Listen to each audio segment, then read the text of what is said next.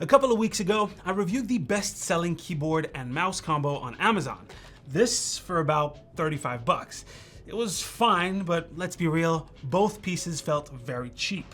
This time, I'll go with something a little more premium. A Razer product. Let's get into it on your boot sequence.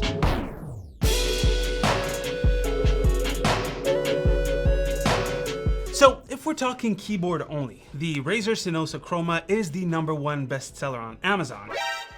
Okay, fine, it was when I bought it. The rankings changed. Anyways, at $35 USD, it's one of the least expensive Razer products out there. So let's open it up. By the way, this is the Cynosa Chroma, the first generation of Cynosa keyboards with RGB lighting. It's technically been replaced with a V2 version, but this one is still available and it's like half the price, so it's no brainer. In the box, you'll find the keyboard and a manual. That's it. I believe there should be some stickers in there. There you go. There's some Razer stickers in there. So let's see how it feels. Hey, oof, okay. Very membraney, but honestly feels so much better than the Red Dragon. So yeah, this is a membrane keyboard. So naturally, it's not everyone's cup of tea, but membranes do have some definite advantages. They're more silent most of the time. This one is spill proof, so that's good. I'm not gonna test that right now though. And lastly, in this specific keyboard at least, membrane switches lifespans are similar to mechanical ones. Cherry MX switches made after March of 2020 have a lifespan of about 100 million keystrokes. Gatoron mechanical switches have an advertised lifespan of about 50 million keystrokes, and this Cynosa, well, about 80 million, so right in between. Also, they're way lighter most of the time, and of course, less expensive. This is $35 US. Size-wise, it's a full-sized keyboard, or 100%, and it has no extra keys. That's unfortunate, since the new V2 version does have dedicated playback control and volume control, which I personally am a fan of. You can, however, use the function keys for playback control. It does have a polling rate of 1000 Hz, 10 key rollover with anti-ghosting, so that's good, and a gaming mode function key to lock the Windows button so that you don't accidentally tab yourself out of a game. It also has a macro key, which is super powerful, but we'll talk about that later. Now let's talk about the chiclets, the keys.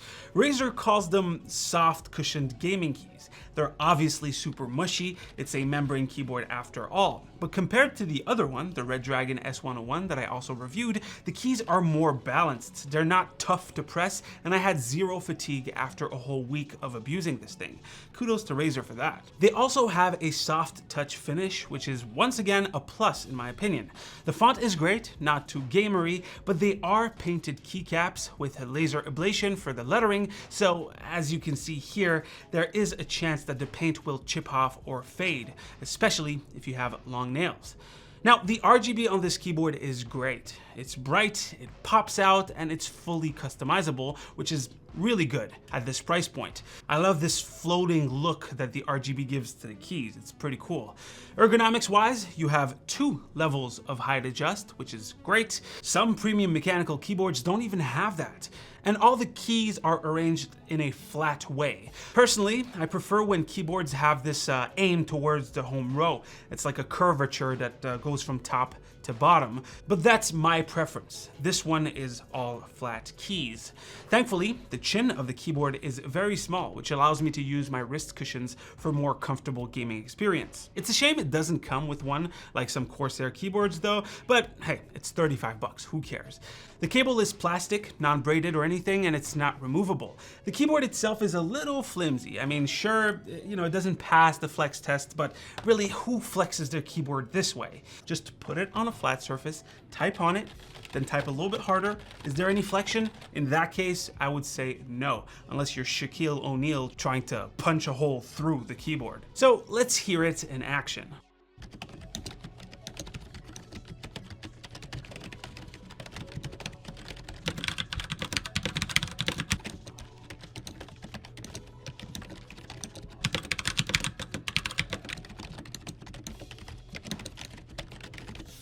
So yeah, it's pretty silent. It has the typical sound signature of a membrane keyboard.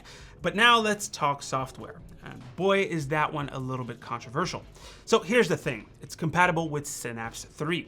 And while I'm going to get into the customization, know this, Synapse is kind of a keylogger.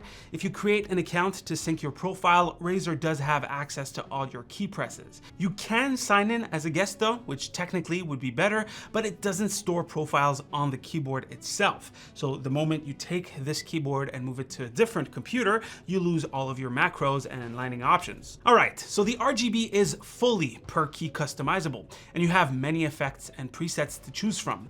The diffuser behind the keys also make it look so that there's no hotspot or brighter areas. It's a 10 out of 10 for me. But Synapse also has powerful, and I mean really powerful macro functionality here. You can bind keys to do pretty much anything you want, and every key can be remapped. If you're like Taryn from Linus Tech Tips, this keyboard could be used as a secondary all macro keyboard. That's pretty cool in my opinion. So I've been using it all week, and honestly, it's one of the best membrane keyboards I've had so far. I tried the Red Dragon S101 from Red Dragon, the Devastator and Octane series from Cooler Master, and the Master Keys Lite L from Cooler Master. I'd have to say that this one and the Master Keys Lite L are very similar, almost on par, and the others fall behind this one. So the pros. Well, the Cynosa is spill-proof. The RGB is great on it, and you don't see that at this price range. The key press is fairly light, which is great for esports, and the ergonomics are better than some other keyboards. It's also silent, and I still have to go, I can't stop. It's silent, and its customizability and the macro capabilities are phenomenal. Seriously, I never thought I would get this much customization out of that cheap a keyboard. As for the cons, well, it's still a membrane keyboard. It's a good membrane keyboard, but still. And besides that, it all depends on how you feel about Razer Synapse. I personally do have an account, but if you're a privacy-focused person, you will have to go with the guest account, which means no settings will be saved if you move on to a different computer. So yeah, if you're looking to RGB yourself out on a budget and still have a generally good typing experience, the Cynosa from Razer does the job for $35. Although there is another keyboard I just received that might blow this one out of the water when it comes to typing experience. I guess we'll find out in a future video. In any case, guys, that is pretty much it for today's video. If you have any questions, don't hesitate to put them down below. As usual, you can click right here to see the latest keyboard review, right here to see, well, the latest video, and right here to subscribe to the channel. Stay frosty, not wet, and I'll see you guys on the next one. Take care.